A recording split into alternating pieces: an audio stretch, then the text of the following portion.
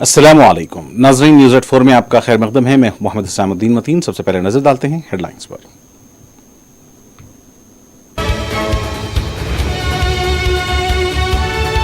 क्या हैदराबाद जराइम का शहर बन गया है? एक दिन में मजीद 3 कत्ल। बढ़ते जराइम और अमन कानून की अबतर सूरत हाल पर अवाम को तशवीश।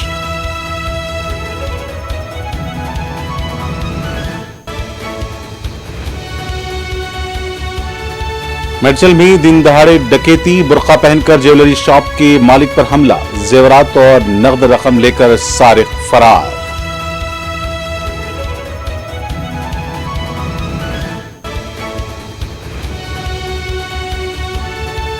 तहफ़्फ़ुज़ात का दायरा बढ़ाने के बिहार हुकूमत का फैसला कलअदम, पटना हाई कोर्ट का फैसला नीतीश कुमार हुकूमत को झटका।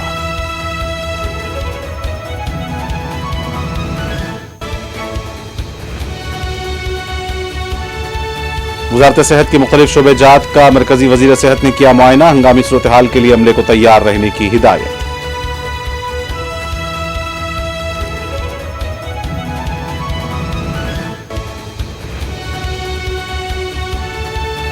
नीट काउंसलिंग पर रोक लगाने से सुप्रीम कोर्ट का इनकार, मुख्तलिफ तलबा की दरखास्तों पर मरकज को नोटिस। बिहार में गिरफ्तार अफराद ने इम्तिहान से एक दिन पहले पर्चा मिलने का किया एतराफ।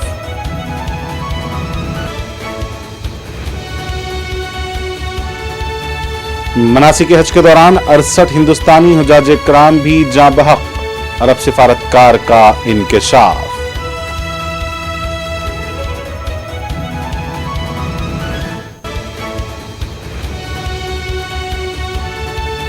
तमिलनाडु में मिलावटी शराब के इस्तेमाल से हलाकतों की तादाद 37 तक पहुंच गई। दर्जनों अस्पताल में ज़ेरे इलाज। वज़ीर आला स्टालिन ने एक्स ग्रेशिया का किया ऐलान।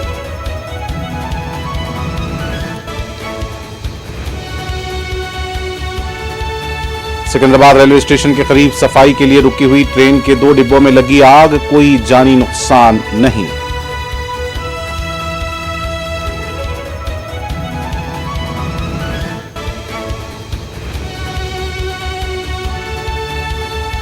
गैर कानूनी कानकुनी के सिलसिले में बीआरएस पार्टी के रुकन असेंबली और उनके भाई की क़यामगाहों और दफातर पर इन्फोर्समेंट डायरेक्टरेट के धावे।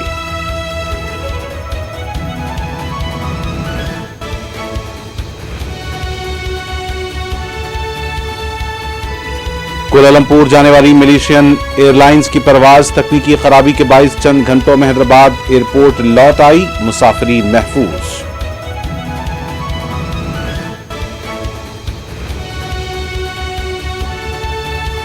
और इसराइल की जंग का हिस्सा बनने से दूर रहें, कब्रस को हिजबुल्लाह के रहनुमा हसन नसरुल्लाह का इंतबाह।